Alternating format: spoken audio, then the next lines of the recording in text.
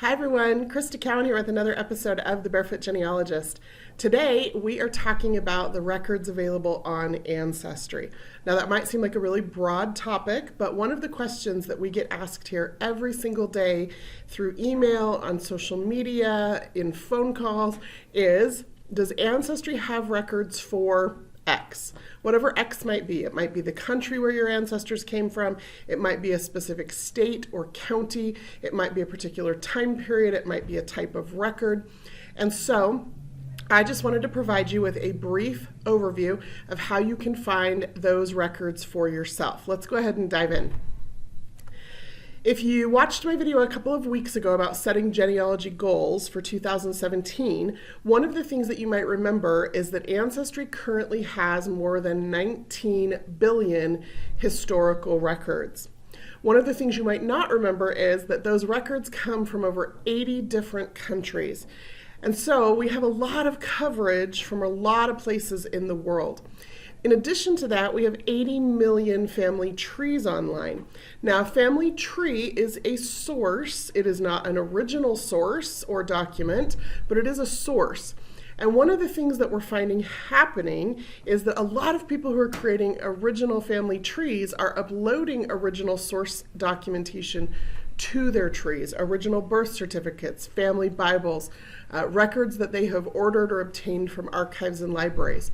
So we have these two buckets of information on Ancestry. We have these 19 billion historical records, and then we have these 80 million family trees that also have historical records that have been attached in the trees by the people who are creating those trees.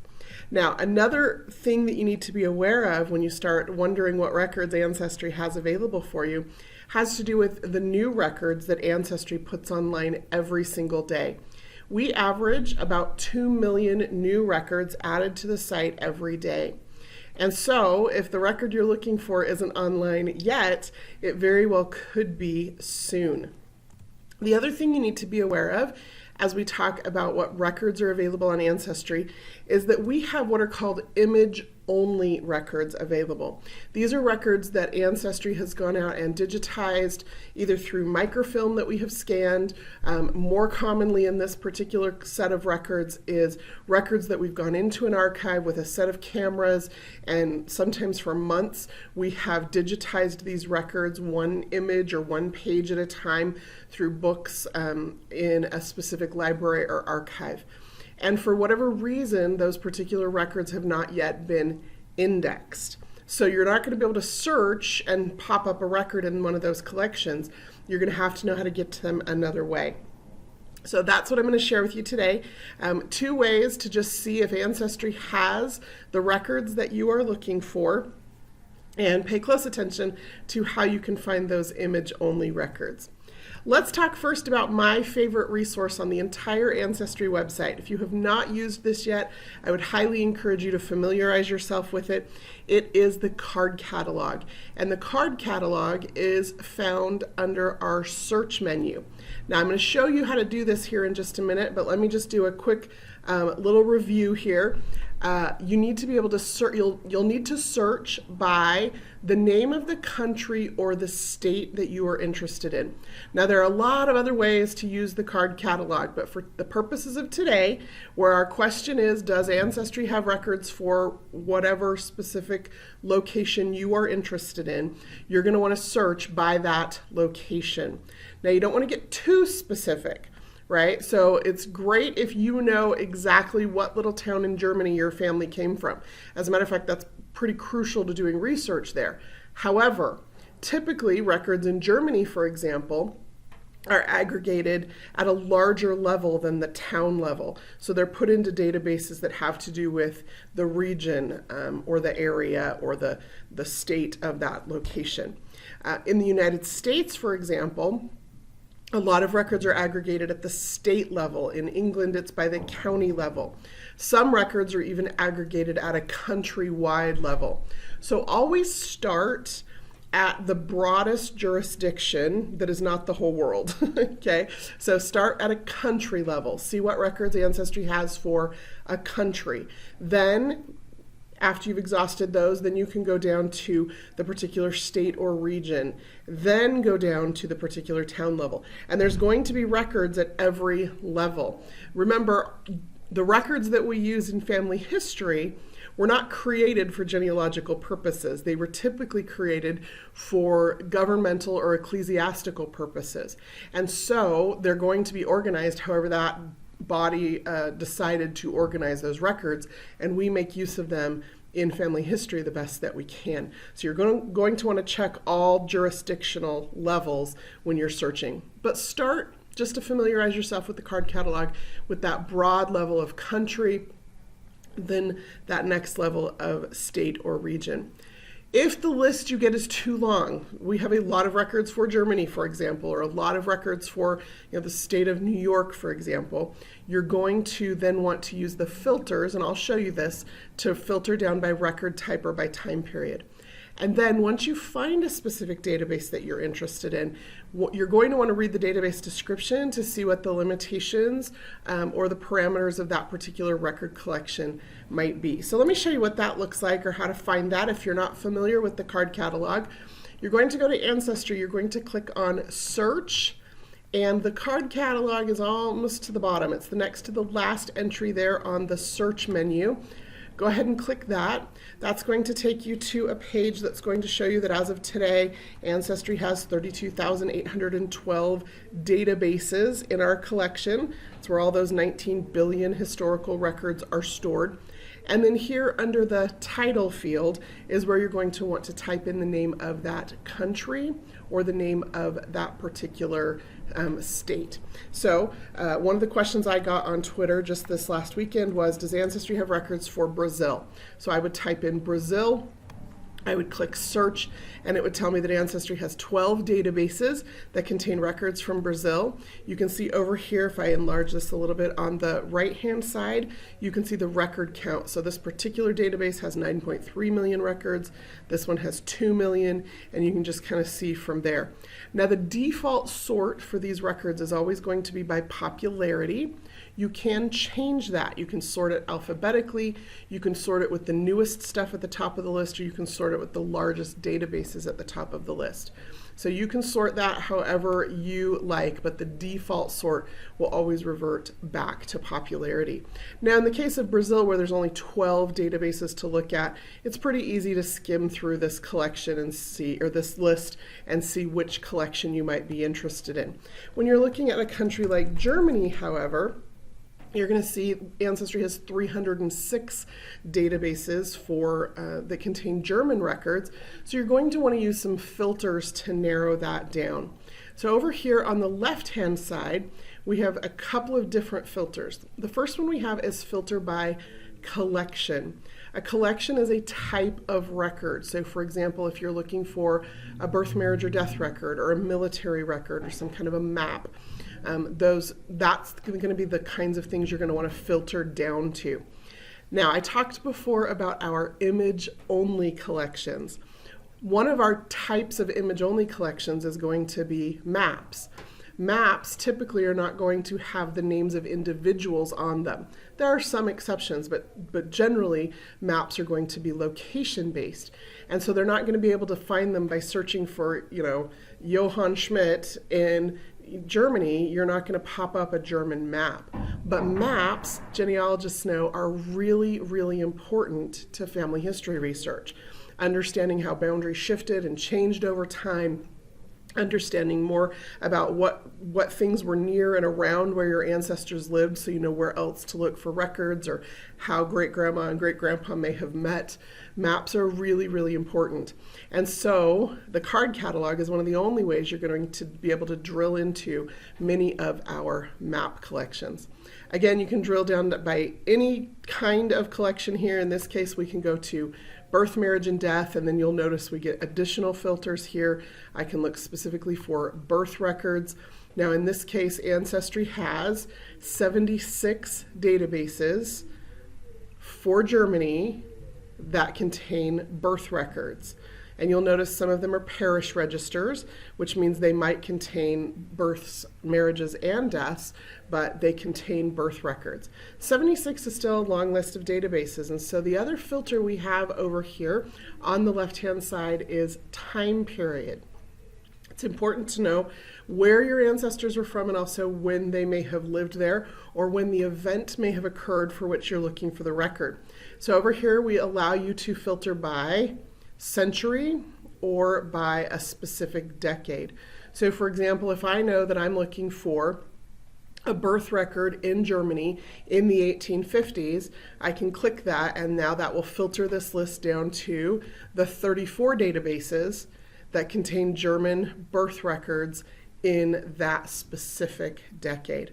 So that's how I manipulate the card catalog to see what's available, what I'm interested in, and to answer that ever-pervasive question, does Ancestry have records for my place and my people? Now there's this little clear all button here. You just click that, it resets the database back to the 32,812 databases, and then you can start over. You know, what records does Ancestry have for the state of New York? Or what records does Ancestry have for Brandenburg, Germany? Or what records, right? So remember, always start with the country where possible, then go down to the next jurisdictional level, and that's going to be different in different countries. Here in the United States, it's typically state or country, state, county, and then town or city. There are some variations on that even in the United States. In other countries that might be different, but you start with the largest and go down to the smallest just to see what additional records might exist. Okay? Hopefully that makes sense to you about how to use the card catalog. If it does not make sense, by all means please leave a comment or a question here in the comments on this YouTube video, and we should be able to get to those fairly quickly to answer any questions you might have about that. Okay, there is another way to search and see what records Ancestry has available, and that is what we call location-based searches. On every search form on Ancestry, and we have more than 32,000 search forms, on every search form there is some kind of a location field. And that's because that is one of the pieces of identifying information that helps you differentiate your ancestor from another ancestor.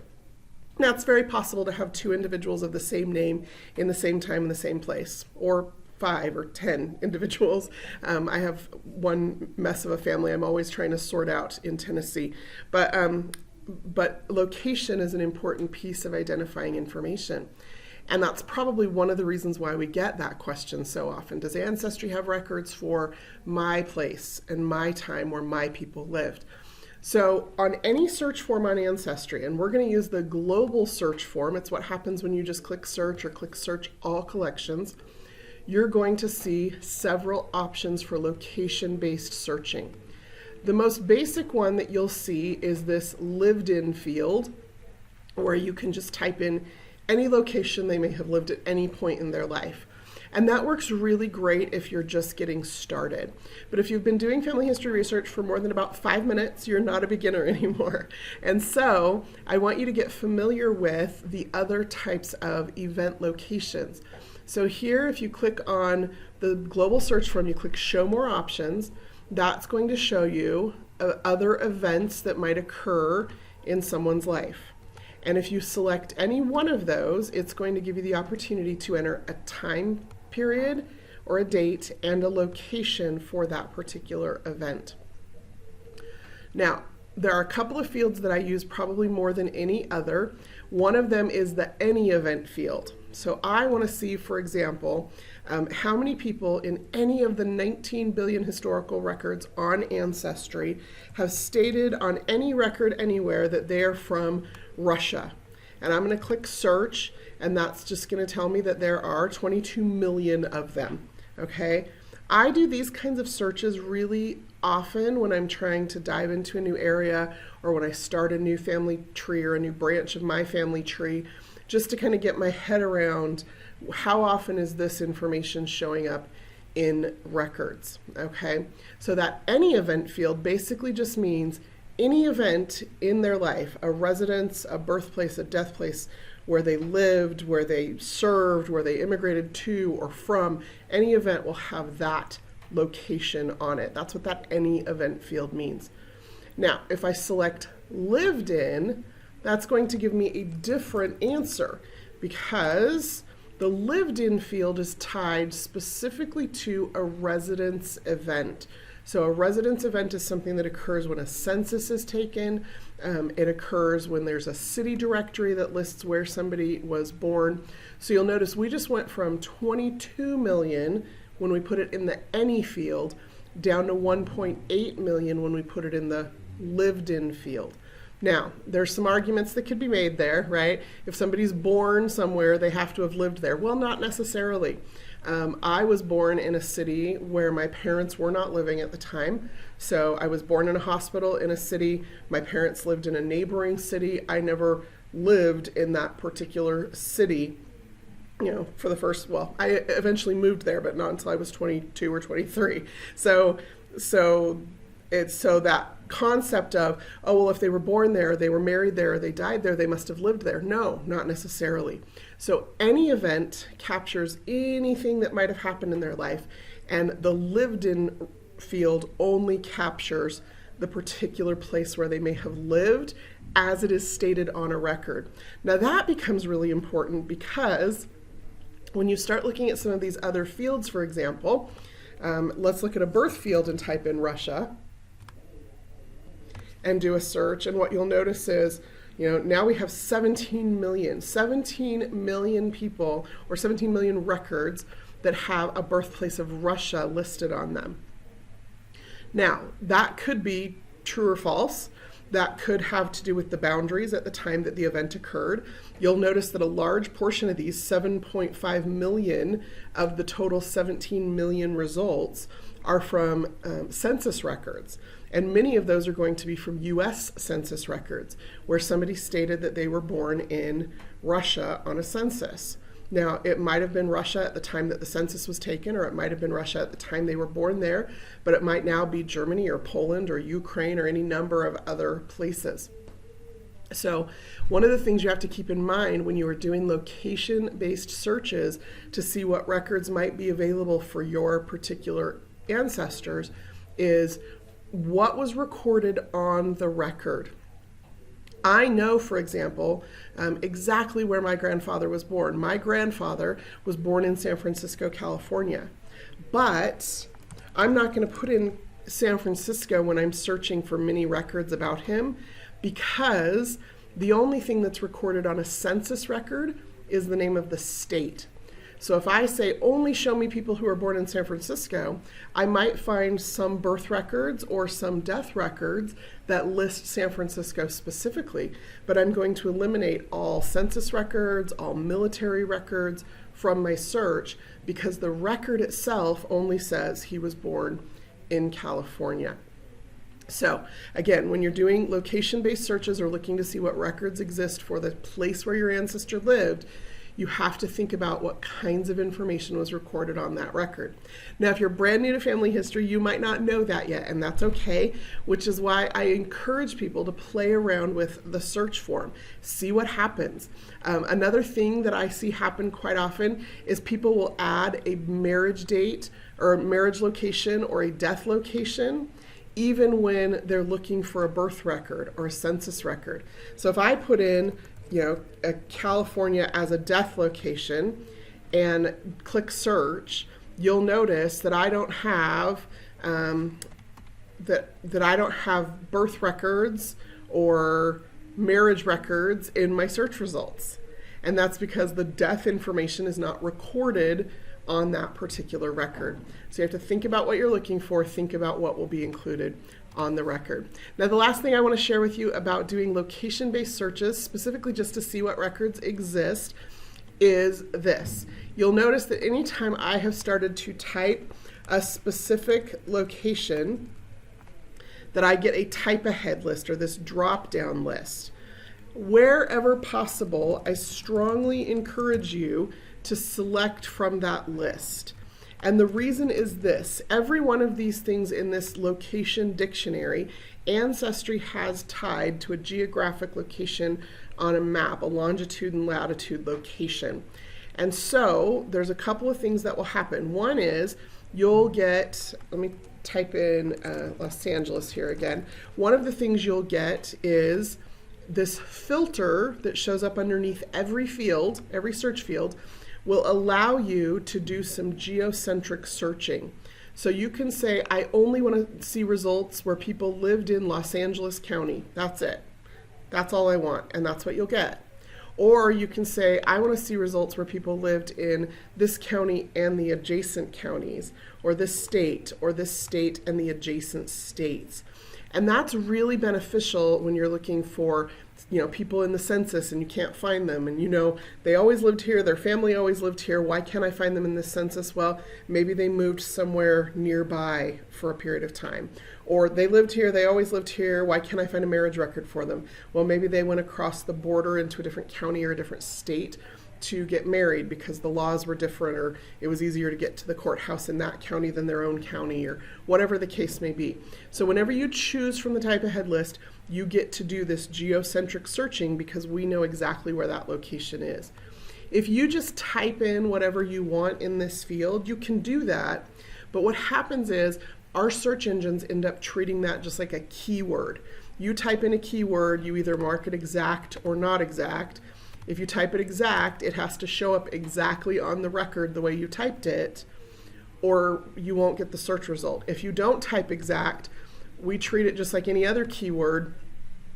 You know what? We'll give you the best search results we can based on all of the information you put in, and that means that they may or may not have Los Angeles, California on that particular record. So keep in mind, again, what you're searching for. Use those filters, use that drop ahead list where possible. I think that is everything I was going to say. Use the type ahead, mark exact so that you can use the geocentric searching. Think about what type of information will be included on a record before searching in that specific field so that you know you're getting the search results that you want. And then use that card catalog. Use the card catalog to see what records Ancestry has for the specific countries and counties and locations where your ancestors may have lived. And once you find a database, scroll down to the bottom of that database and read the database description to see what information may or may not be included in that particular collection of records. Well, that's all I have prepared for you today. Hopefully this was useful information. As always, if you have questions, just type them here in the comments on YouTube. I do try to get to those a couple of times a week and will respond as necessary. If you have suggestions for topics you would like discussed on these videos in the future, please feel free to email me at the email address on your screen. I put, something like Barefoot Genealogist topics in the subject line so that it catches my eye, and I will see that those get on the list to be put on the calendar for our next time together. Until next time, this is Crista Cowan. Have fun climbing your family tree.